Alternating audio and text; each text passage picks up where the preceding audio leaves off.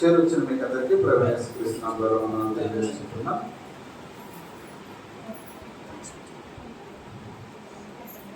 మొదటి సమయాలు రాసిన గ్రంథం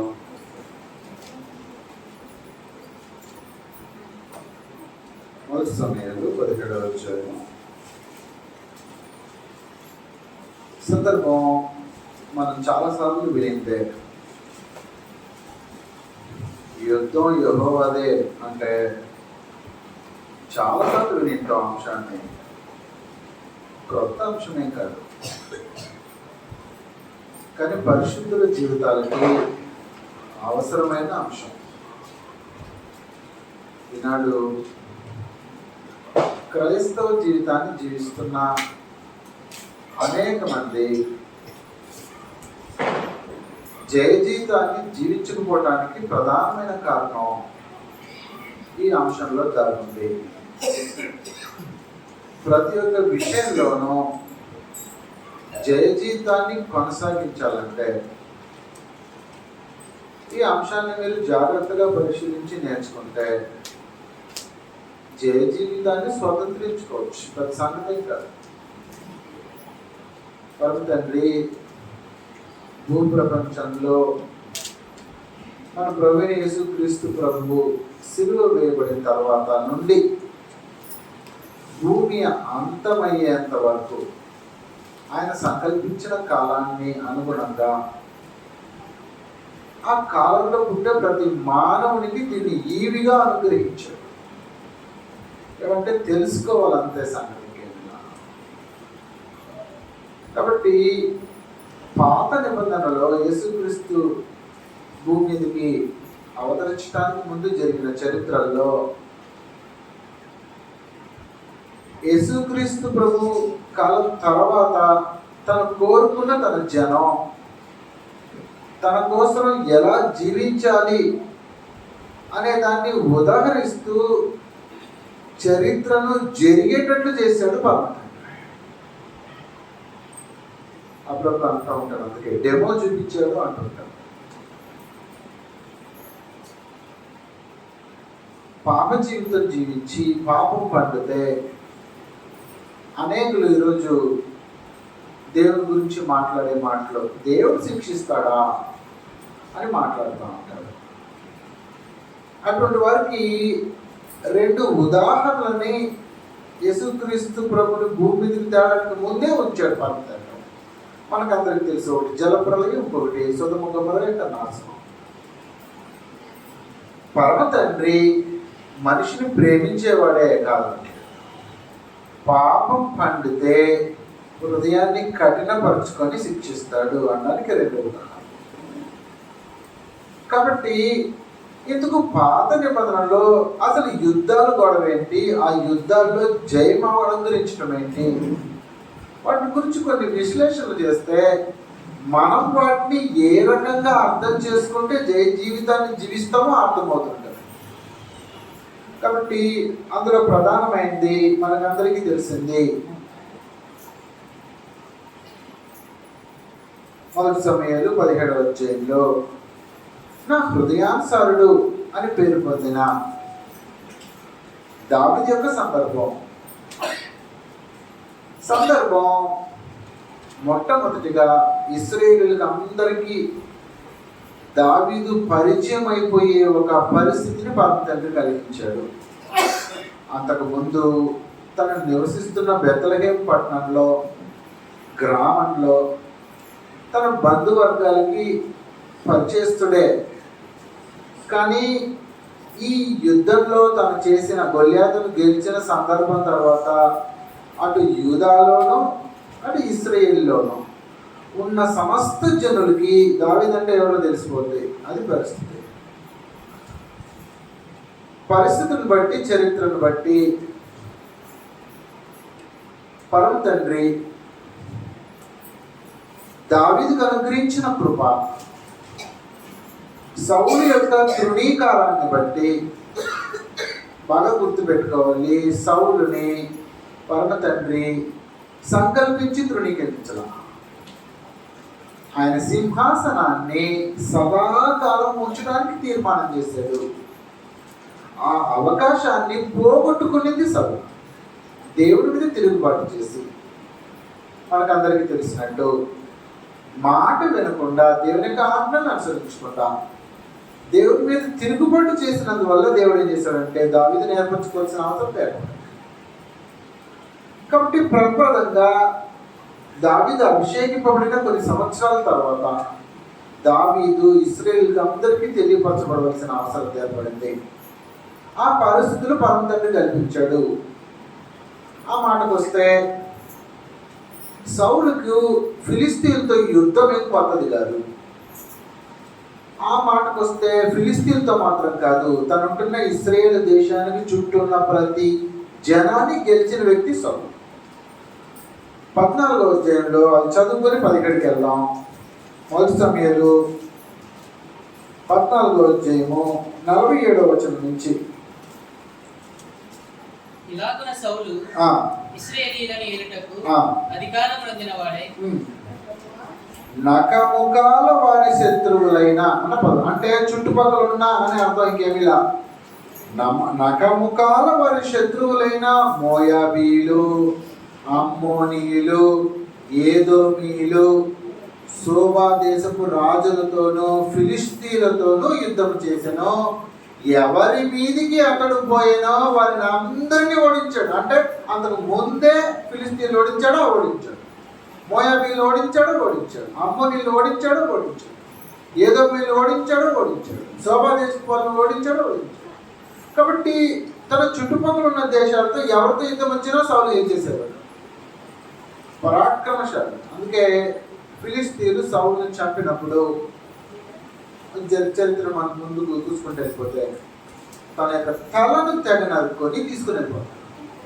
ఎందుకంటే సంవత్సరాల తరబడి గడగడలాడించేశాడు చుట్టుపక్కల ఉన్న రాజ్యాన్ని పగ తీర్చుకోవడానికి. తిరిగి ఇప్పుడు 11కి వచ్చేసాడు. కాబట్టి సౌలుకి యుద్ధాలు గెలవటం క్రొత్త కాదు. కానీ ఈరోజు పరిస్థితి అది కాదు. పరమ తండ్రి సౌలు తృణీకరించి దావీదుని ఏర్పాటు చేసుకున్న కాలం వచ్చేసేసింది. కాబట్టి దావీదుని హెచ్చించడానికి పరమ తండ్రి తిరిగి ఫిలిస్తీన్లతోనే యుద్ధం ఎవరితో అంటే ఫిలిస్తీన్లతోనే యుద్ధం వచ్చింది. ఫిలిస్తీన్లు 17వ అధ్యాయానికి వచ్చేసారు. ఇప్పుడు మొదటి సమయాలు 17వ అధ్యాయానికి వచ్చేసేసారు. మొదటి సమయాలు 17వ అధ్యాయము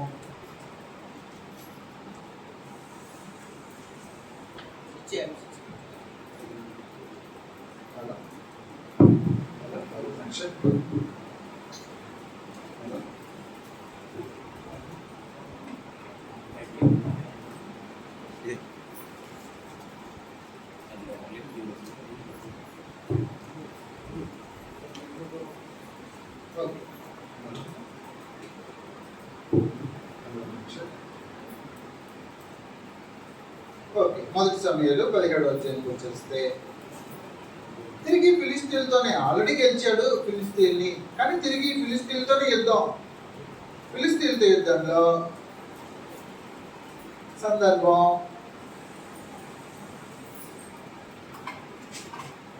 గొల్లియాతు సందర్భం మనకు అందరికీ తెలిసింది.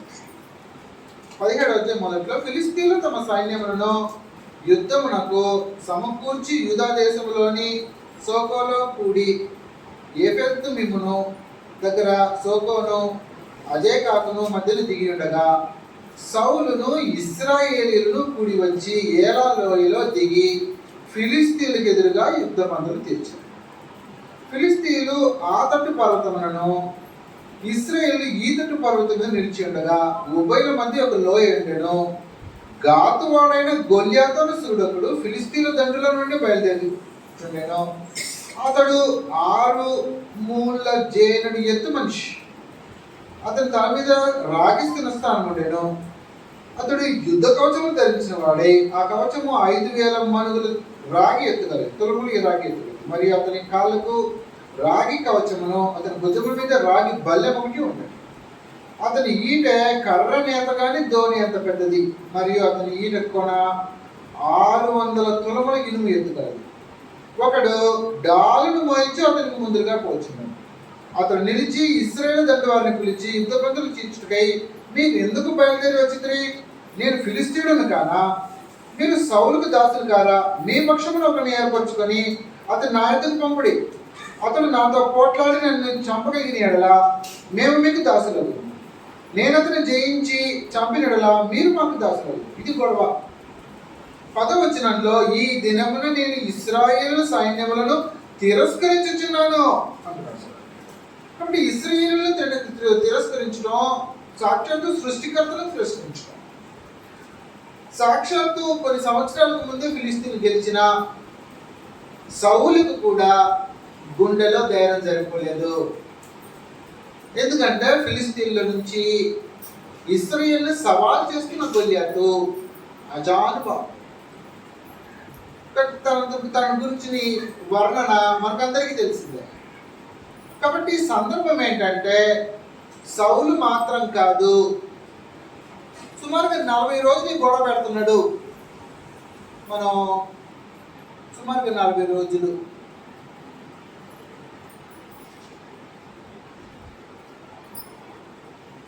ఇశ్రాయేలు తృణీకరిస్తూ అతను మాట్లాడుతున్న మాటలు. 17 నుంచి మనం తిరిగి చూస్తే, యెషయి తన కుమారుని దావీదును పిలిచి, ఇప్పుడు యెషయి దావీదును యుద్ధ పంతుల్లోకి సాధారణంగా పంపిడు. చరిత్ర ప్రకారం తీసుకుంటే చిన్నవాడు, బాలుడు అన్న పదప్రయోగాలు చేయబడ్డాయి. మనం దావీదు గురించి యవనస్తుడు కూడా కాదు, బాల్యము, బాలుడు అన్న పదప్రయోగాలు చేయబడ్డాయి. అదే 32 నుంచి మనం చదివితే, ఈ ఫిలిస్తీన్ బట్టి ఎవరి మనసును కృంగ నిమిత్తం లేదు, మీ దాసునైన నేను వారితో పోట్లాడుదును. దావీదు సౌలుతో అనగా, సౌలు ఈ ఫిలిస్తీన్ ఎదుర్కొని వారితో పోట్లాడటకు నీకు బలము చాలదు, నీవు బాలుడు అంటున్నాడు, చిన్నపిల్లడు. కాబట్టి గొల్యాతును ఎదిరించాలన్న మనసు బాగా ఆలోచన చేస్తే సుమారుగా 40 దినాలుగా ఇదే తంతు. రావటం, ఇశ్రాయేలును తృణీకరించడం, దేవుణ్ణి తృణీకరించడం, వెళ్ళిపోవడం. పొద్దున సాయంకాలం ఇదే తంతు. తృణీకరిస్తుంటే పరిస్థితి ఏంటంటే, కొండ మీద ఉన్న ఇశ్రాయేలు యొక్క సైన్యంలో సైన్యాధిపతుల్లో కానీ సాక్షాత్తు రాజైన సౌలులో కానీ గుండె ధైర్యం సరిపోవట్లేదు. ఒక్కనే వెళ్ళి పోట్లాడటానికి గుండె ధైర్యం సరిపోవట్లేదు. ఒకే ఒక్కడు, ఆ మాటకు వస్తే ఒకే ఒక్క వ్యక్తి. బాగా ఆలోచన చేయాలా? ప్రపంచం అంతా ఒక పక్క నిలబడితే నేను మాత్రం ఒక పక్క నిలబడతాను అంటాడు. ఎవరు అంటే, ఎటువంటి మనసు ఉంటే నిలబడతాడో ఆలోచన చేసుకోండి జాగ్రత్తగా. ఎలాంటి మనసు ఆలోచన చేయండి. 34 నుంచి, అందుకు దావీదు సౌలుతో ఇట్లా, 17-34 నుంచి తన మనసు ఆలోచన చేస్తే యెహోవా పక్షాన నిలిచే వాళ్ళ మనసు ఎలా ఉంటుందో ఆలోచన కలిగి. అందుకు దావీదు సౌలుతో, నీ దాసునైన నేను నా తండ్రి యొక్క గొర్రెలను కాయిచుండగా సింహమును ఎలుగుబంటిను వచ్చి మందలో నుండి ఒక గొర్రె పిల్లని ఎత్తుకొని పోచుండగా నేను దానిని తరిమి చంపి దాని నోటి నుండి ఆ గొర్రెను విడిపించుతుని, అది నా మీదకి రాగా దాని గడ్డము పట్టుకొని దాన్ని కొట్టి చంపితుని.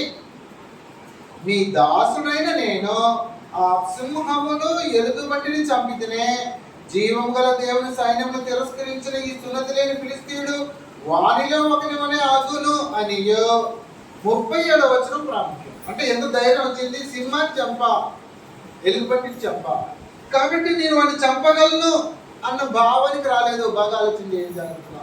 నాకు బలం ఉంది, నేను సింహాన్ని చంపేశా, ఎలుగుబంటిని చంపేశా, కాబట్టి వీడు ఇంత ఎత్తున నేను చంపేస్తా. అది కాదు సంగతి. 37వ వచనంలో అసలు శిశులైన దావీదుకి అక్కడ మిగిలిన ఇశ్రాయేలీయులకి సౌలుకి ఉండే తేడా కనిపిస్తుంది. 37వ వచనంలో, సింహం యొక్క బలము నుండి ఎలుగుబంటి యొక్క బలము నుండి నన్ను రక్షించిన యెహోవా అంటున్నాడు. అది ఇప్పుడు సౌలుకి లేనిది, ఇశ్రాయేలు సైన్యానికి లేనిది దావీదుకు ఉండేది ఏంటి? 37వ వచనంలో, సింహం యొక్క బలం నుండి, ఎలుగుబంటి యొక్క బలం నుండి నన్ను రక్షించిన యెహోవా ఈ ఫిలిస్తీన్ చేతిలో నుండి కూడా నన్ను విడిపించునని చెప్పాను. అందుకు సౌలు యొక్క మనసు వెంటనే అతను చూసి, పొమ్ము, యెహోవా నీకు తోడుగా ఉండును గాక అని దావీదుతో. కాబట్టి ఇప్పుడు యుద్ధం గెలవాలా, దావీదు హెచ్చింపబడాలా, అది చరిత్ర. ఎందుకంటే దావీదు హెచ్చింపబడితేనే సౌలు తదనంతరం దేవుడు ప్రత్యేకపరుచుకున్న దావీదు రాజుగా పట్టాభిషేకం చేయబడే అవకాశం ఉంటుంది. కాబట్టి గొల్యాతు ద్వారా, ఫిలిస్తీన్ల ద్వారా యుద్ధం తీసుకొచ్చి పెట్టాడు సౌలుకి పర్వతాన్ని. గొల్యాతు ద్వారా ఛాలెంజ్. సౌలు యొక్క మనస్సు ఇంతకు ముందు అభిషేకింపబడినటువంటి మనసులాగా లేదు. మనం ముందుకు 14-15 అధ్యాయాల్లో మనం చూస్తే సౌలు ప్రప్రదంగా ప్రేరేపించి దేవుడు అభిషేకించినప్పుడు యుద్ధానికి అమోనీయులు కానివ్వండి, మోయాబీలు కానీ వచ్చినప్పుడు పరిశుద్ధాత్మ తనలో ప్రేరేపణ ఎలా వస్తుందంటే, ఆత్మ ప్రేరేపణ కలిగి ఇశ్రాయేలుతో పోగు చేసి యుద్ధానికి. ఆ ప్రేరేపణ ఈరోజు పొరబడిపోయింది సౌలుకి. దావీదు ప్రేరేపించిన ఆత్మ, సౌలు ప్రేరేపించిన ఆత్మ తేడా కనిపెట్టుకోవాలి మనం. కాబట్టి యుద్ధం గెలవటానికి ఫస్ట్ నీ మనసు చాలా ప్రాముఖ్యంగా నువ్వు తీర్చిదిద్దుకోవాల్సిన అవసరం ఉంటుంది. మనం జాగ్రత్తగా 37వ వచనంలో గ్రహించినట్టు దేవుని మీద మనసు పెట్టుకోవాల్సిన అవసరం ఉంటుంది. సౌలుకి లేనిది, ఇశ్రాయేల్ సైన్యం అంతటికీ లేనిది ఒక్క దావీదులో ఉండేది ఏంటంటే, సింహం యొక్క బలం నుండి, ఎలుగుబంటి యొక్క బలం నుండి నన్ను రక్షించిన యెహోవా ఈ ఫిలిస్తీన్ చేతుల నుండి కూడా నన్ను విడిపించిన, అది గొడవ. కాబట్టి యుద్ధం నాది కాదు, అది గొడవ. దాన్ని 45 నిమిషాలతో మనకు అర్థమవుతుంది. ఇది చెప్పిన తర్వాత గొల్యాతుతో మాట్లాడుతున్నాడు చూడండి. ఇప్పుడు 45వ వచనం నుంచి అక్కడ మనకు ఆ పద ప్రయోగాలు దొరుకుతాయి. 45వ వచనం నుంచి, దావీదు నీవు కత్తియు ఈటయు బల్లెమును ధరించుకొని నా మీదికి వచ్చుచున్నావు. అయితే నీవు తిరస్కరించిన ఇశ్రాయేలు సైన్యములకు అధిపతియగు యెహోవా పేరిట నేను నీ మీదికి వచ్చుచున్నాను. ఈ దినమున యెహోవా నిన్ను నా చేతికి అప్పగించును. నేను చంపి నీ తలను తెగవేతును. ఇశ్రాయేలీయులలో దేవుడు ఉన్నాడని లోక నివాసులందరూ తెలుసుకున్నట్లు నేను ఈ దినమున ఫిలిస్తీన్ల యొక్క కళేబరములను ఆకాశ పక్షులకును భూమృగములకు ఇట్టును. అప్పుడు యెహోవా కత్తి చేతను ఈట చేతను రక్షించువాడు కాడని ఈ దండు వారందరూ తెలుసుకుందరు. ఎవరు దండువారు? సాక్షాత్ ఇశ్రాయేలీయులు. సాక్షాత్ ఇశ్రాయేలీయులకి దేవుని మీద నమ్మకం లేదు. ఆ మాటకు వస్తే సౌలుకు కూడా నమ్మకం లేదు. దేవుని మీద నమ్మకం అంటే యుద్ధానికి వెళ్ళిపోయింటారు ధైర్యంగా. యెహోవా పక్షాన నేను యుద్ధానికి వస్తున్నా, చూసుకుందాం అని అంటారు. కానీ ఈ ఫిలిస్తీన్లు చూసి, గొల్యాతును చూసి గుండె చెదిరిపోయింది.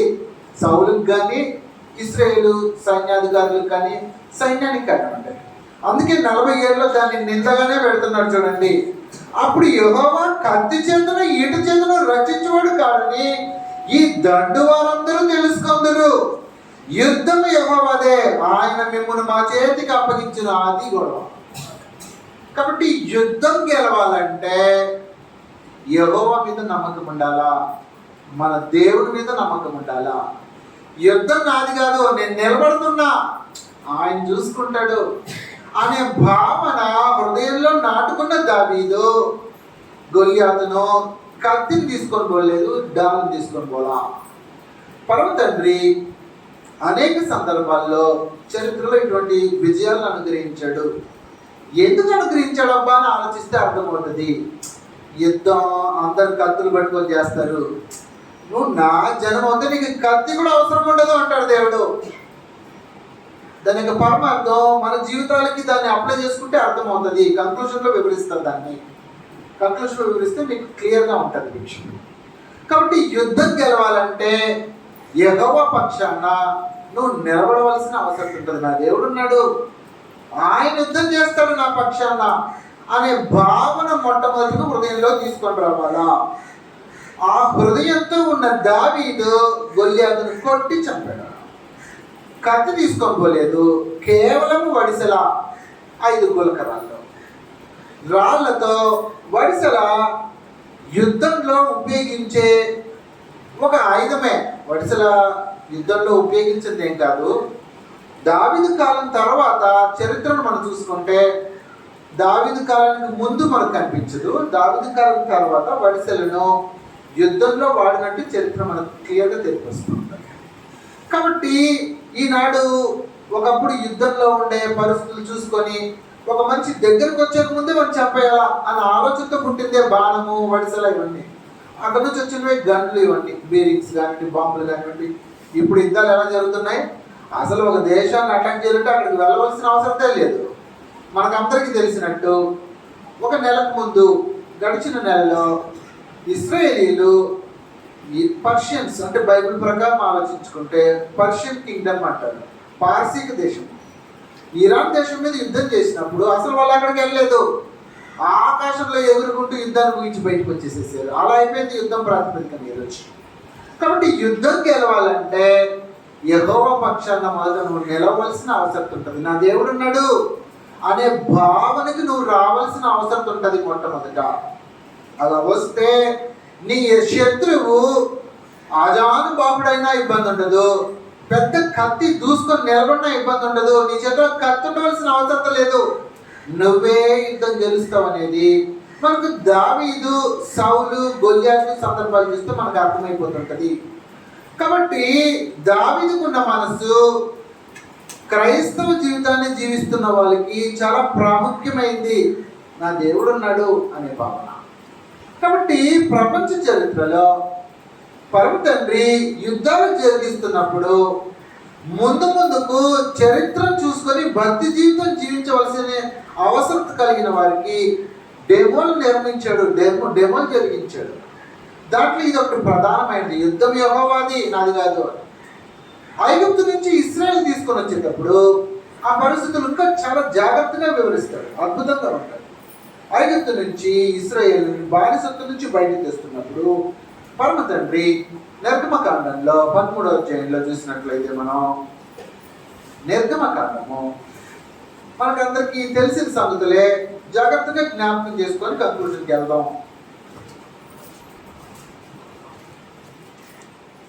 నిర్గమకాండం 13వ అధ్యాయం.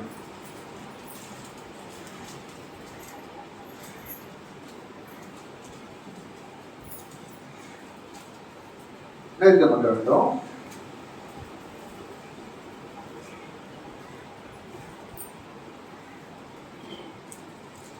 నేను మీకు ఇచ్చిన విజయాన్ని జ్ఞాపకం పెట్టుకొని ఉండాలి అని హెచ్చరిస్తున్నాడు. 13లో 16, 17 చదివేసి ఆ తర్వాత చరిత్రలోకి వెళ్తాం. 13వ అధ్యాయము 16, 17. బాహుబలము చేత యెహోవా మనల్ని ఐగుప్తు నుండి బయటికి రప్పించను కనుక ఆ సంగతి నీ చేతి మీద సూచనగాను నీ కనుల మధ్య లలాట ప్రతిమగాను పత్రికగాను నుండవల్లని చెప్పారు. మరియు ఫరో ప్రజలను పోనీయగా దేవుడు ఈ ప్రజలు యుద్ధము చూచినప్పుడు వారు పశ్చాత్తాపపడి ఐగుప్తుకు తిరుగుదురేమో అనుకొని ఫిలిస్తీన్ దేశము సమీపమైనను ఆ మార్గమును వారు నడిపింపలేదు. అయితే దేవుడు ప్రజలను చుట్టుదారియకు ఎర్ర సముద్రపు మార్గమున నడిపించను. ఇశ్రాయేలీయులు యుద్ధ సన్నద్ధులే ఐగుప్తులో నుండి బయటకు వచ్చారు, యుద్ధ సన్నద్ధులే ఉన్నారు, కానీ యుద్ధం చేయలేదు. ఎలా యుద్ధం చేయలేదో 14వ అధ్యాయంలో మనకు తెలిసిన సందర్భాలే. 14వ అధ్యాయం. మరి యెహోవా మోషేతో ఇలా సెలవిచ్చెను, ఇశ్రాయేలు తిరిగి పీహహీరుతో ఎదుటకు అనగా మిగ్దోలుకు సముద్రమునకు మధ్యనున్న బయల్షెమోతు ఎదుటను దిగువలని వారితో చెప్పము. దాని ఎదుట సముద్రం వద్ద వారు దిగువలను. ఫరో ఇశ్రాయేలును గూర్చి వారి ఈ దేశములో చిక్కుబడి ఉన్నారు, అరణ్యము వారిని మూసివేసి అనుకొనను. అంటే ఫరో ఐగుప్తులో ఉన్నాడు. ఇప్పుడు ఫరో ఏం చేయాలంటే ఇశ్రాయేలు తరమాల, అది దేవుని యొక్క ఆలోచన. అందుకే చెప్తున్నా, యుద్ధాలని పరమ తండ్రి నడిపించి మనకు ఉదాహరణలుగా ముందుకు భక్తిగా జీవించేవాడు ఏం చేయాలో సందర్భంగా చరిత్రలు నిర్మించి మనకు అనుగ్రహించాడు అనుకోవచ్చు. కాబట్టి ఫరో యుద్ధానికి రావాలంటే సముద్రం ముందు ఇశ్రాయేలు దిగారు, మీరు మ్యాప్లో చూసుకుంటే ఐగుప్తు నుంచి సముద్రం వారు వెళ్ళిపోతే ఫిలిస్తీన్ దేశం వచ్చేస్తారు. అక్కడ నుంచి కానాన్లోకి ప్రవేశించేసేయచ్చు. కానీ పరమ తండ్రి అలా తీసుకొని వెళ్ళలేదు. చుట్టూ మార్గం, దాన్ని మనం 13 17 18 చదువుకున్నాం. చుట్టూ మార్గంలో తీసుకెళ్తాడు అనమాట. చుట్టూ మార్గంలో తీసుకెళ్తేనే సముద్రం ఎదురుగా అరణ్యంలో దిగవలసిన అవసరం ఏర్పడుతుంది. ఎదురుగా సముద్రం దాటి వెళ్ళలేరు కదా మనుషులు. ఫరో అలాగే ఆలోచన చేస్తాడు. కానీ పరమ తండ్రి యొక్క సంకల్పం చూడండి 3వ వచనంలో, ఫరో ఇశ్రాయేలుల గురించి వారు ఈ దేశంలో చిక్కుబడి ఉన్నారు, అరణ్యము వారిని మూసివేసిన అనుకున్నాను. అయితే నేను ఫరో హృదయంలో కఠినపరచెదను, అతడు వారిని తరుముగా నేను ఫరో వలనను అతని సమస్త సేనల వలనను మహిమ తెచ్చుకుందును. నేను యెహోవానని ఐగుప్తీయులందరూ తెలుసుకొందరనెను. వారు అలాగూ దిగిరి. ప్రజలు పారిపోయినట్టు ఐగుప్తు రాజునకు తెలుపబడినప్పుడు ఫరో హృదయమును అతని సేవకుల హృదయమును ప్రజలకు విరోధంగా త్రిప్పబడి, మనం ఎందుకు ఇలాగ చేసింది, మన సేవలో ఉండకుండా ఇశ్రాయేలును ఎందుకు పోనించింది అని చెప్పుకునేది. ఎందుకు పోనించారు? ప్రతి ఒక్క కుటుంబంలోనూ జ్యేష్ఠ కుమారుడు చచ్చాడు.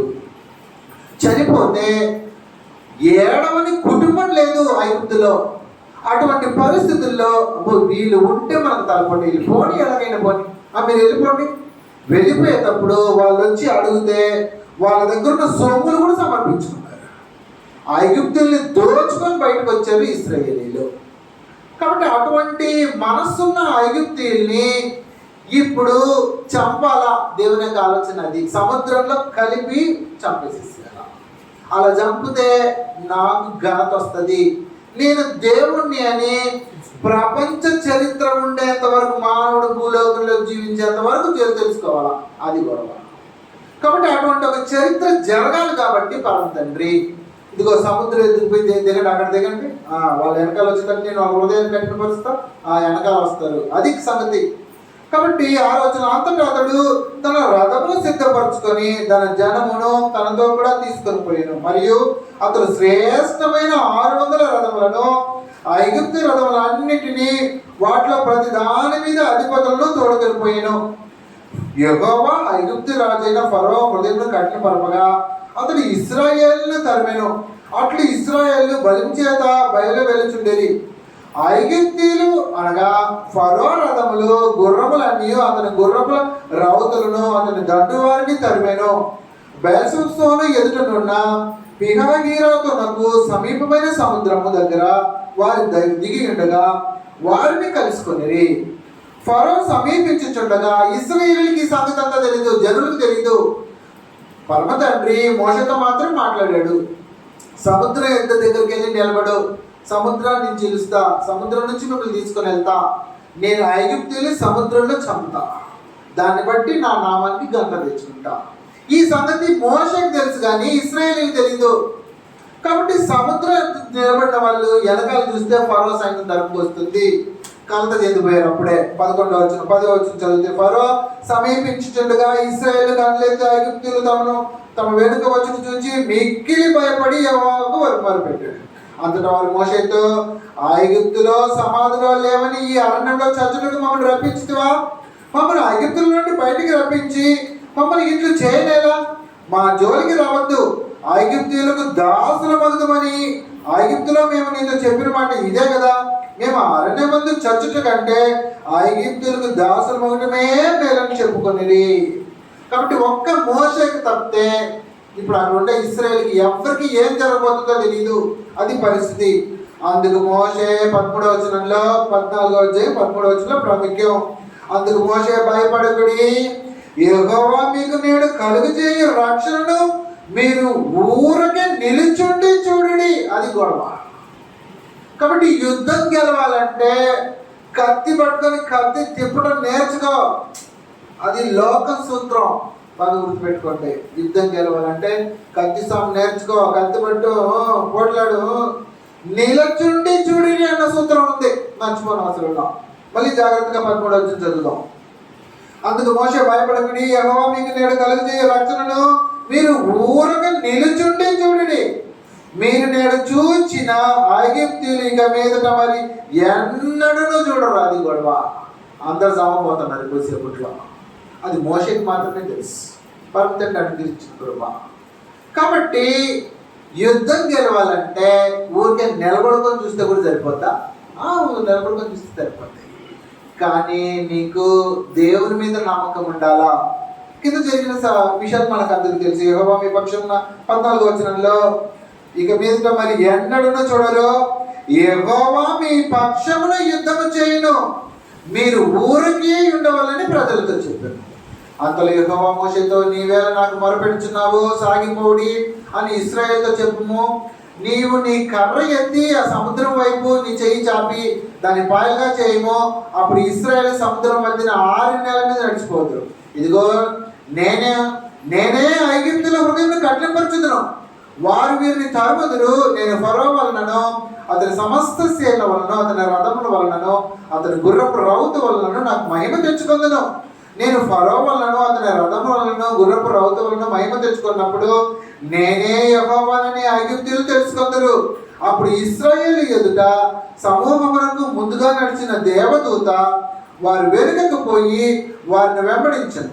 ఆ మేఘస్తంభము వారి ఎదుట నుండి పోయి వారి వెనుక నిలిచెను. అది ఐగుప్తుల సేనలకు ఇశ్రాయేలు సేనలకు నడుము ప్రవేశించను. అది మేఘము కనుక వారికి చీకటి కలిగను, కానీ రాత్రి అది వీరికి వెలిగించను కనుక ఆ రాత్రి అంతయు ఐగుప్తీయుల నుండి సేన ఇశ్రాయేలు సమీపింపలేదు. మోషే సముద్రం వైపు తన చేయి చాపగా యెహోవా ఆ రాత్రి అంతయు బలమైన గాలి వీచగా సముద్రం తొలగించి దాన్ని 6 నెలలుగా చేసింది. నీళ్లు విభజింపబడగా ఇశ్రాయేలు సముద్రం మధ్యన 6 నెలల మీద నడిచిపోయేవి. అది సంగతి. కాబట్టి పరమ తండ్రి యుద్ధం నేను చేస్తాను అని మాటిచ్చిన కారణాన్ని బట్టి మోషేకి మాటిచ్చాడు, నేను చూసుకుంటాను, మీకు కల్చవలసిన అవసరం కదా. కాబట్టి మోషేకి సెలవు ఇచ్చడం, ఆకాశాన్ని చేయి కాటని చూపించడం, సముద్రం 2 పాయలుగా చేయటం, అందులో ఇశ్రాయేలు ప్రవేశించి నడుచుకొని 6 నెలల సముద్రం దాటడం కార్యక్రమం చక్కచక్క జరిగిపోయి. కాబట్టి 26వ వచనంలో ఐగుప్తు యొక్క నాశనాన్ని గ్రంథం రచిస్తా ఉంది. 26వ వచనం, అంతలో యెహోవా మోషేతో ఐగుప్తుల మీదకి వారి రథముల మీదకి వారి రౌతుల మీదకి నీళ్లు తిరిగి వచ్చినట్లు సముద్రము మీద నీవు చెయ్యి చాపమని. మోషే సముద్రం మీద తన చెయ్యి చాపగా ప్రొద్దుపడిచినప్పుడు సముద్రము అధిక బలముతో తిరిగి పొరలేను కనుక ఐగుప్తులు అది చూచి వెనుకకు పారిపోయారు. అప్పుడు యెహోవా సముద్రం మధ్యన ఐగుప్తులను నాశనం చేశారు. నీళ్లు తిరిగి వచ్చి ఆ రథములను రౌతులను వారికి సముద్రంలోనికి వచ్చిన ఫరో యొక్క సర్వసేనలను కప్పివేసను, వారిలో ఒక్కడైనను మిగిలి ఉండలేదు. అది గొడవ. కాబట్టి ఒక్కరు కూడా ప్రాణంతో మిగలకుండా ఐగుప్తు యొక్క సర్వసేనల్ని సముద్రంలో ముంచి చంపే కార్యక్రమాన్ని చేశాడు. కాబట్టి యుద్ధము యెహోవాదే. అది గొడవ. కాబట్టి ఫరో దగ్గర ఆయన యొక్క శక్తిని, ఆయన బాహుబలాన్ని ఎలా ప్రదర్శించాడంటే, అసలు మీరు కత్తి కూడా పట్టడం అవసరం లే, నేను చూసుకుంటా. అది కూడా దావీదు సందర్భంలోనన్నా యుద్ధం యెహోవాదే అన్న దావీదు వడిసలు పెట్టుకొని వడిసలన్నా పెట్టి కొట్టవలసిన పని ఏర్పడింది. కానీ ఐగుప్తు నుంచి ఇశ్రాయేలుని బయటకు తీసుకొని వచ్చేటప్పుడు పరమ తండ్రి ఏం చేస్తాడంటే, ఇశ్రాయేలుకి ఏ పని పెట్టలా, మీరు నిలుచుండి చూడండి అన్నాడు. అంతే కదా, మీరు ఊరికే నిలుచుండి చూడండి అన్నాడు. 13వ వచనం, అందుకు మోషే భయపడకుడి, యెహోవా మీకు నేడు కలుగజేయ రక్షణ మీరు ఊరికే నిలుచుండి చూడండి. మీరు నేడు చూచిన ఐగుప్తీయులకి మీద మరి ఎన్నడూ ఉండరు. యెహోవా మీ పక్షమున యుద్ధం చేయను, మీరు ఊరికే ఉండవాలని ప్రజలు. కాబట్టి యుద్ధం గెలవడానికి బాగా గుర్తుపెట్టుకోవాలా, ఊరికే నిలబడుకుంటే సరిపోతుంది. ఈ సూత్రం నెంబర్ 1. నువ్వు యెహోవా మీద ఆధారపడి యుద్ధం యెహోవా చేస్తాడు, నా తండ్రి చేస్తాడు అనే భావంతో, ఆయన మీద నమ్మకంతో నేను నిలబడితే నీ యుద్ధాన్ని నువ్వు గెలుస్తావు. మర్చిపోతావు. దావీదు యుద్ధం యెహోవాదే, ఆయన గెలిపిస్తాడు అని ఆయన మీద నమ్మకంతో ఇశ్రాయేలీలో ఉన్న ఎవ్వరికి అక్కడ సందర్భంలో బాగా గమనిస్తే ఒక దావీదు తప్ప ఇంకెవరికి నమ్మకం లేదు దేవుడి మీద. ఇక్కడ ఐగుప్తు నుంచి వచ్చినప్పుడు చూస్తే ఒక మోషేకి తప్ప ఇంకెవరికి నమ్మకం.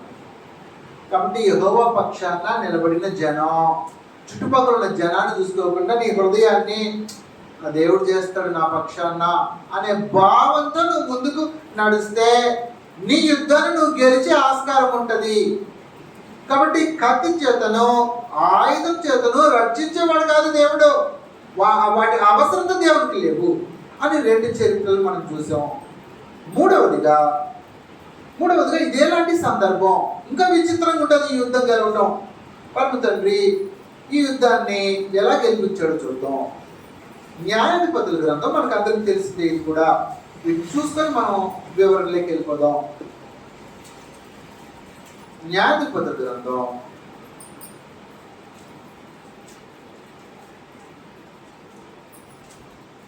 7వ అధ్యాయము.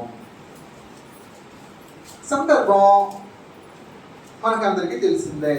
న్యాయాధిపతులు ఆయా కాలాల్లో పరమ తండ్రి తన పక్షాన తన ప్రజలను రక్షించడానికి మనుషుల్ని లేపి నిలుపుకుంటున్న కాలాలు అవి.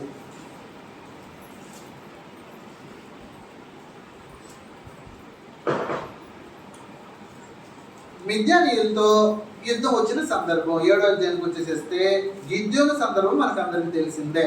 7వ అధ్యాయం ప్రారంభంలో మిద్యానీయులతో గొడవ వచ్చింది. అప్పుడు యెరుబయలు అనగా గిద్యోనును అతనితోనున్న జనులందరూ వేకువన లేచి హారోదు బావి యొద్ద దిగిగా లోయలోని మోరే కొండకు ఉత్తరముగా మిద్యానీయుల దండు పాలకుడు వారికి కనపడదు. యెహోవా నీతోనున్న జనులు ఎక్కువ మంది, నేను వారి చేతికి మిద్యానీయులను అప్పగింప తగదు. ఇశ్రాయేలీయులు నా బాహుబలము నాకు రక్షణ కలుగు చేసిన అనుకొని నా మీద అతిశయిందురేమో. కాబట్టి నీవు ఎవడు భయపడి వణుకుచున్నాడో వాడు త్వరపడి గిలాదు కొండ విడిచి తిరిగి వెళ్ళవనని జనులు వినినట్లుగా ప్రకటించమని గిద్యోనుతో సెలవిచ్చింది. అప్పుడు జనుల్లో నుండి 22,000 మంది తిరిగి వెళ్ళిపోయి 10,000 మంది నిలబడ్డారు. మిద్యానీయులు యుద్ధం సందర్భం కాబట్టి 30,000 మంది వచ్చారు, 20,000 మంది వెళ్ళిపోయారు, 10,000 మంది ఉన్నారు. 10,000 మంది యుద్ధానికి వెళ్ళే పరిస్థితి ఉందా అంటే పరమ తండ్రి ఒప్పుకోవట్లా. 7వ అధ్యాయం చదివితే 10,000 మంది నిలిచి ఉండగా యెహోవా ఈ జనులు ఇంకా ఎక్కువ మంది, నీళ్ళ ఎందుకు వారిని దిగజేయమో, అక్కడ నీ కొరకు వారిని శోధించదునో, అతడు నీతో కూడా పోవాలనని నేను ఎవరి గురించి చెప్పుదునో వాడు నీతో పోవాలి. అతడు నీతో పోకూడదని ఎవరి గురించి నేను నీతో చెప్పుదునో వాడు పోకూడదని గిద్యోనుతో సెలవిచ్చాడు.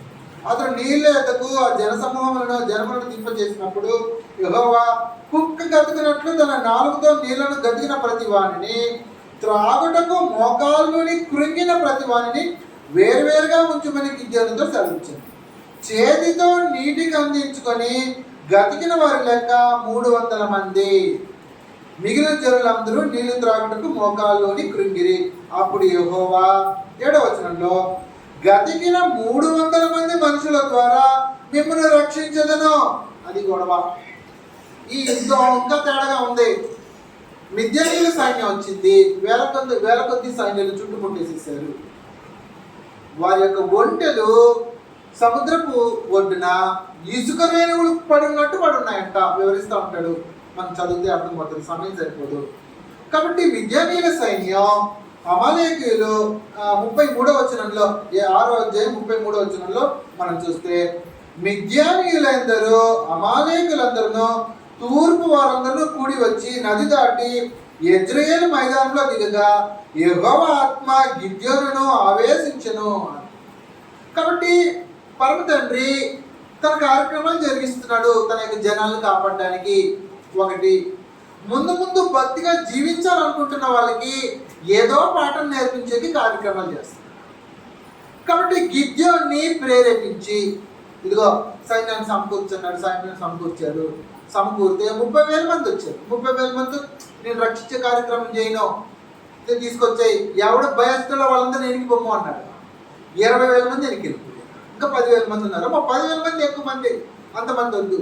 కాబట్టి వాళ్ళు కూడా తగ్గించాలి ఆ జనాన్ని. ఎందుకు తగ్గించాలనుకుంటున్నాడు అంటే మనం 3 చరిత్రలు చూసాం కదా. ఆ చరిత్రల్లో మనం నేర్చుకోవాల్సిన పాఠాన్ని 2వ వచనంలో రాస్తున్నాడు. జాగ్రత్తగా అండర్లైన్ చేసుకోండి. న్యాయాధిపతులు 7వ అధ్యాయం 2వ వచనంలో, యెహోవా నీతోనున్న జనులు ఎక్కువ మంది, నేను వారి చేతికి మిద్యానీయులను అప్పగింపతగదు. ఇశ్రాయేలీలు ఏమనుకుంటారంటే, ఇశ్రాయేలీలు నా బాహుబలము నాకు రక్షణ కలుగు చేసిన అనుకొని నా మీద అతిశయించుదురేమో. అది గొడవ. ఎక్కువ మందితో యుద్ధానికి సాధారణంగా యుద్ధం జరిగితే ఏం చెప్తారంటే, 10,000 మంది వస్తే మనం 10,000 మంది ఆ సైన్యాన్ని సమకూర్చో అంటారు. ఈనాడు జరుగుతున్న యుద్ధాల్లో కూడా మంచిగా చెప్పాలంటే రష్యా యుక్రెయిన్ యుద్ధం 3 సంవత్సరాలు జరుగుతుంది. రష్యా దగ్గర ఉన్న ఆర్మీ బేస్ సుమారుగా 12 లక్షల మంది 12 లక్షల మంది ఉంటే 12 లక్షల మందిని యుద్ధానికి పంపిస్తే ఒక వారంలోనే ఉక్రెయిన్ని ముంచేస్తారు వాళ్ళు. కానీ రష్యా అధినేత అలా పంపించలా. కేవలం 1.5 లక్షల నుంచి 2 లక్షల మందిని మాత్రమే యుద్ధ పంతులు తీర్చాడు. దాంట్లో సుమారు 1 లక్ష మంది చచ్చిపోయారు ఇప్పటి వరకు ఈ 3.5 సంవత్సరంలో. చచ్చిపోతున్న కొలది మళ్ళీ 1 లక్ష మంది పంపిస్తున్నారు. వీళ్ళకు అట్లా ఆర్డర్ చేస్తూ ఉంటారు అనమాట. అది యుద్ధం యొక్క పంతులు తీర్చడంలో ఉండే సూత్రాలు అవి. ఒకేసారి అంత సైన్యాన్ని పంపిస్తే ఏమవుతుంది? చరిత్రలో అటువంటి సందర్భాలు జరిగాయి. చరిత్ర చెప్పకపోయినా ప్రాక్టికల్గా ఇప్పుడు జరిగిన సందర్భాలు ఉన్నాయి. సిరియా సైన్యం కూలిపోయింది. ఇశ్రాయేలీలు ఈనాడు ఉండే ఇశ్రాయేలీలు హిజ్బుల్లా అనే ఒక ఆర్మీని, ఆ ఆర్మీలో ఉండే సైనికులందరూ చంపేశారు. చంపితే ఏం జరిగిందంటే, సిరియాలో ఉండే ప్రభుత్వాన్ని, రాజుని, అక్కడున్న అంతర్జాతీయంలో ఉండే సైన్యాలు చొరబడి చంపడానికి ప్రయత్నం చేసేసి వెంటనే అక్కడుండే రాజు తప్పించుకొని రష్యాకి వెళ్ళిపోయాడు. కాబట్టి ఇప్పుడు రష్యాలో ఉండే 12 లక్షల సైన్యాన్ని పంపించేశాడు అనుకోండి, ఒక 6 లక్షల మంది చచ్చిపోతే సరిపోద్ది. చుట్టుపక్కల రాజ్యాలు లోపల దొరికిపోతాయి, ఆ ప్రభుత్వం కూలిపోతుంది. కాబట్టి యుద్ధ పంతులు తీర్చేవారు ఏం చేస్తారంటే, 30,000 మంది వస్తే 30,000 మంది పెడతారు, వాళ్ళు 1,00,000 మంది వస్తే వాళ్ళు 1,00,000 మంది పెడతారు. అలా యుద్ధ పంతులు తీరుస్తుంటారు. కానీ పరమ తండ్రి గిద్యోనుతో సెలవించిన మాటలు ఆశ్చర్యమైనవి. 30,000 మంది ఉన్నారు, 30,000 మందికి నేను ఆ యుద్ధం సమర్పించిన, కుదరదు, తగ్గి 10,000కి వచ్చారు. 10,000 మంది వస్తే మళ్ళీ తగ్గి, కుదరదు, 10,000 మంది కూడా ఎక్కువ మంది. యెహోవా నీతోనున్న జనం ఎక్కువ మంది, నేను వారి చేతికి మిద్యానీయులను అప్పగింపతగదు. ఇశ్రాయేలీయులు నా బాహుబలము నాకు రక్షణ కలుగు చేసిన అనుకొని నా మీద అతిశయింతురేమో, కాబట్టి నీళ్ళ దగ్గర తీసుకురమ్మన్నాడు. ఎవరైతే నీళ్లు గతకకుండా, అంటే మోకాలు లేసి నోటితో గతికినా చేత్తో గతికినా అలా గతకకుండా చేతితో నీళ్లు తీసుకొని ఎవరైతే తాగుతున్నారో వాళ్ళు మాత్రం ప్రత్యేకపరచుకొని వాళ్ళతో యుద్ధాన్ని గెలిపిస్తున్నాడు. చూడండి, అద్భుతంగా గెలిపిస్తాడు. చరిత్ర వివరిస్తూ ఉంది. 4వ వచనం నుంచి లేకపోతే 6వ వచనం చదువుతాం. 6వ వచనంలో మనకు, చేతితో నోటికి అందించుకొని గతికిన వారి లెక్క 300 మంది, మిగిలిన జనులందరూ నీళ్లు త్రాగుటకు మోకాళ్ళని కృంగిరి. అప్పుడు యెహోవా, గతికిన 300 మనుషుల ద్వారా మిమ్మల్ని రక్షించదును, మిద్యానీయులు నీ చేతికి అప్పగించదును, జనులందరూ తమ తమ చోటికి వెళ్ళవచ్చునని గిద్యోనుతో సెలవిచ్చెను. ఎలా చేశాడు ఫుల్గా చదువుకుంటే మనకు సమయం సరిపోదు. 16వ వచనం నుంచి చదువుదాం, కొంతవరకు సరిపోద్ది మనకు. 16వ వచనం నుంచి, అదే 7వ అధ్యాయం 16 నుంచి.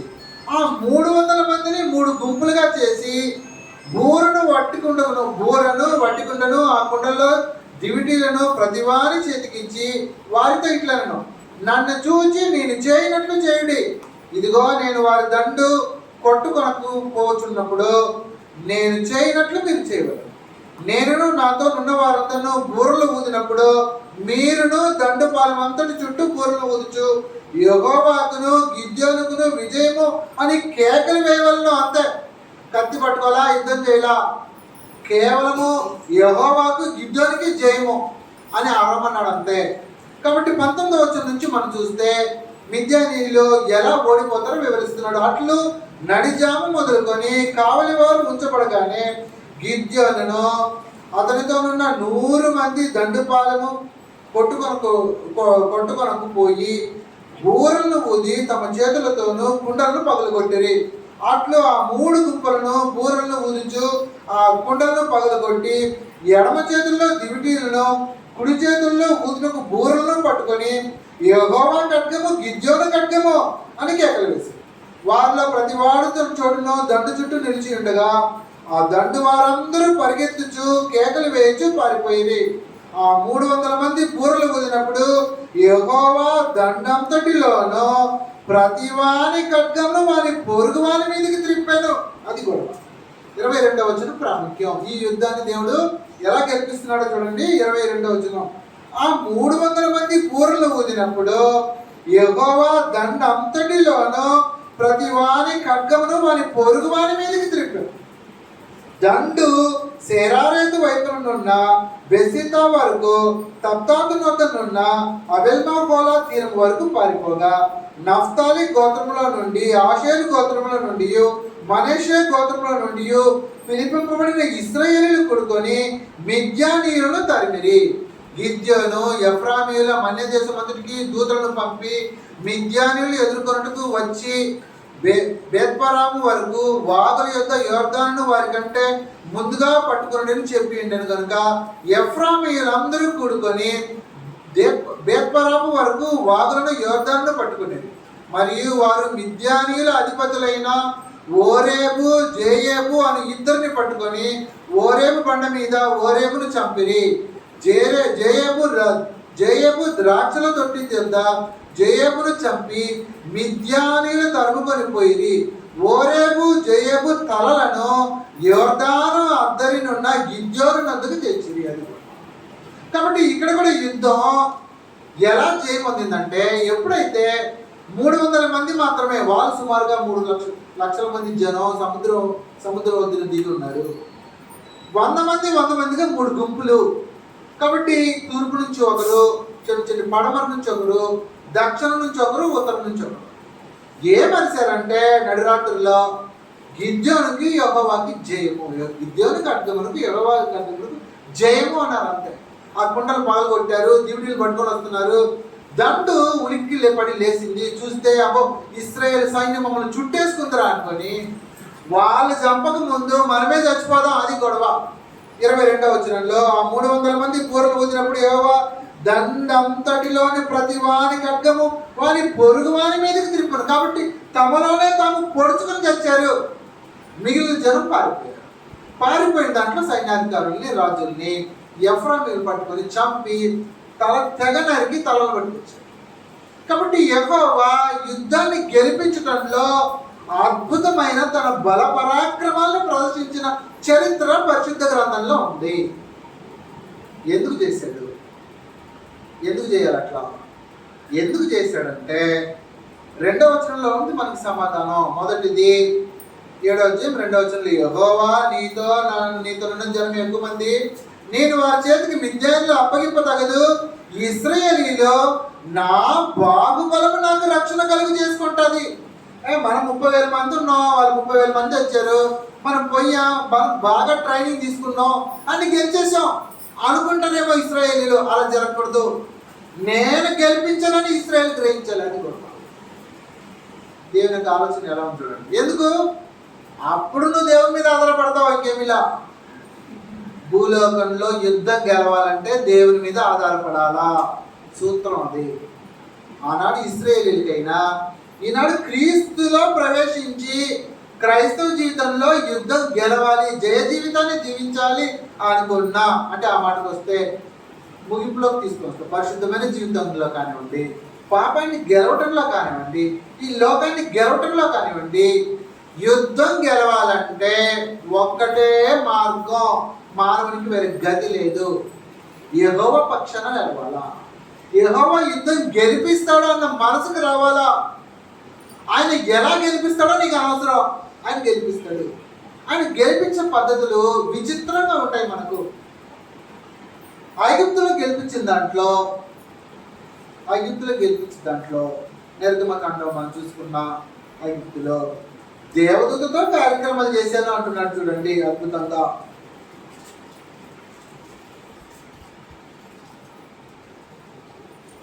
నిర్గమకాండం 14వ అధ్యాయంలో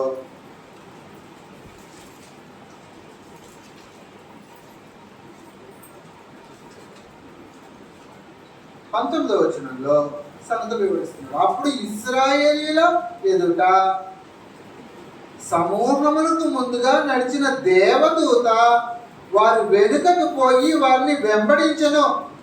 ఆ మేఘస్తంభము వారి ఎదుట నుండి పోయి వారి వెనుక నిలిచెను. అది ఐగుప్తీయుల సేనకు ఇశ్రాయేలు సేనకు నడుమ ప్రవేశించెను. అది మేఘము కనుక వారికి చీకటి కలిగిన కానీ రాత్రి అది వీరికి వెలిగించను కనుక ఆ రాత్రి అంతయు ఐగుప్తీయుల సేన ఇశ్రాయేలు సమీపించలేదు. కాబట్టి దేవదూతల పాత్ర ఉంది విజయాన్ని అనుగ్రహించడంలో. కాబట్టి పరమ తండ్రి విజయాన్ని అనుగ్రహిస్తాడు తన ప్రజలకి. ఈ 3 సందర్భాల్లోనూ ఒక సందర్భంలో నువ్వు నిలబడి చూడు, నేను యుద్ధం చేస్తా అన్నాడు. సముద్రాన్ని పాయలు చేసి శత్రు సైన్యాన్ని చంపాడు. దేవదూత సహాయం తీసుకొని ఇశ్రాయేలు ప్రొటెక్ట్ చేశాడు, కాపాడాడు. గిద్యోను సందర్భంలో 300 మందితో సుమారు 1000 మంది సైన్యాన్ని వాళ్ళే పొడుచుకొని చచ్చితోడు చేశారు. దావీదు సందర్భంలో ఒక్క దావీదు తప్పితే ఇంక ఎవ్వరు దేవుని మీద నమ్మకంతో లేరు ఆ రోజు. సాక్షాత్తు సౌలు కూడా. ఎందుకంటే యెహోవా మీద నమ్మకం ఉంటే ధైర్యంతో యుద్ధానికి వెళ్ళేవాడు, గొల్లియాతుతో తలబడేవాడు. కానీ దావీదు ఎలుగుబంటి శక్తి నుంచి, సింహపు శక్తి నుంచి నన్ను కాపాడిన దేవుడు అంటున్నాడు. అది పదప్రయోగం. నాది కాదు శక్తి, బాలుడు అని పదప్రయోగం చేయబడింది గ్రంథంలో. యవనస్తుడు కాదు. బాలుడికి సింహాన్ని చంపే శక్తి వస్తుందా? ఛాన్స్ ఉందా? ఛాన్స్ లేదు. సింహాన్ని చంపడానికి మనం ట్రై చేస్తే మనం చచ్చిపోతాం. మన పరిస్థితి అట్లుంటే బాలుడు ఎలా చంపాడు అంటే అక్కడ యెహోవా సహాయం చేసాడు అని దావీదు గ్రహించాడు. సింహాన్ని చంపడానికి, ఎలుగుబంటిని చంపడానికి నాకు సహాయం చేసిన యెహోవా, ఇదిగో ఈ సున్నతి లేని ఫిలిష్తీయుని చంపడానికి కూడా నా దేవుడు నాకు సహాయం చేస్తాడు అని దేవుడి మీద నమ్మకం ఉన్న కారణాన్ని బట్టి యుద్ధంలో గెలుపు అనుగ్రహింపబడింది. కాబట్టి యుద్ధంలో గెలుపు రావాలంటే దేవుని పక్షాన, దేవుని మీద విశ్వాసంతో యుద్ధ పోరాటంలో మొదట నిలవాలి. మొదట యుద్ధంలో నిలవాలా. యుద్ధాన్ని గెలవడానికి దేవుని మీద నమ్మకంతో నిలవాల్సిన అవసరం ఉంటుంది. అది జయ జీవితాన్ని ఇస్తుంటుంది పరిశుద్ధులకి. జయ జీవితం నీకు కలగాలనే, నువ్వు దేవుని మీద నమ్మకంతో కార్యక్రమాలు చేయాలనే మనకు డెమో పెట్టాడు. ఏం పెట్టాడంటే, నాయన ఒకసారి చూడండి, కత్తులు పట్టుకుంటేనే యుద్ధంలో గెలుపు వస్తుంది. నా ప్రజలకు నేను అట్టెవలా, కత్తి అవసరం లేదు, కత్తి లేకుండా యుద్ధాన్ని గెలిపించా. కేవలం కుండలతో యుద్ధాన్ని గెలిపించే చరిత్ర కుదురుతుందా? ఎవరితోన్నా యుద్ధానికి వెళ్ళినప్పుడు కుండలు పట్టుకొని వెళ్తే ఏమంటారు? ఏ పిచ్చి పట్టిందా అంటాడు. పిచ్చి పట్టింది అని అన్నాడు కదా, నన్ను చూస్తే నీకు ఎట్టుంది అంటాడు గొల్లియాతు దావీదుని. ఏంటి నేను ఇంత పెద్దగా ఉన్నా, నా కత్తి ఇంత పెద్దది, నా డాలు మోయడానికి ఒక మంచిని సపరేట్గా పెట్టుకొని ఉన్నా, కర్ర పట్టుకొని వస్తున్నావు నా మీదకి, నేను కుక్కనా అంటాడు. అంటే విచిత్రంగా ఉంటాయి దేవుని యొక్క సంగతులు బయట వాళ్ళకి ఆలోచన చేసి. మనం ఆలోచన చేసేది దేవుడి పక్షాన, దేవుడిని ఎలా చెప్తే అలా చేస్తా, ఎదుటి సంగతి అలా చూసుకుంటా అలా. కాబట్టి విజయం దేవుడి పక్షాన నిలబడే వారికే, దేవుడి పక్షాన దేవుని మీద విశ్వాసం ఇచ్చిన వారికే. మనకు విజయం కావాలంటే నువ్వు యెహోవా దేవుడి మీద, తండ్రి మీద నమ్మకంతో యుద్ధం గెలవడానికి సిద్ధపడు. అలా సిద్ధపడితే విజయం నీదే, మర్చిపోని అవసరంలా. ఆయన యుద్ధాన్ని నీకు గెలిపించడానికి దేవదూతలతో యుద్ధాన్ని గెలిపిస్తాడు. వివరిస్తాను వచ్చే గంటలో. దేవదూతలతో గెలిపిస్తాడు, తన శక్తిని ప్రదర్శిస్తాడు. ఆయన యొక్క బాహుబలాన్ని భూమి మీద ఎలా ఉపయోగిస్తాడో రాబోయేటప్పుడు మనం దాన్ని గ్రహిస్తాం. ఒక చిన్న బ్రేక్ తీసుకొని మనం నెక్స్ట్ సెక్షన్లో వెళ్తాం.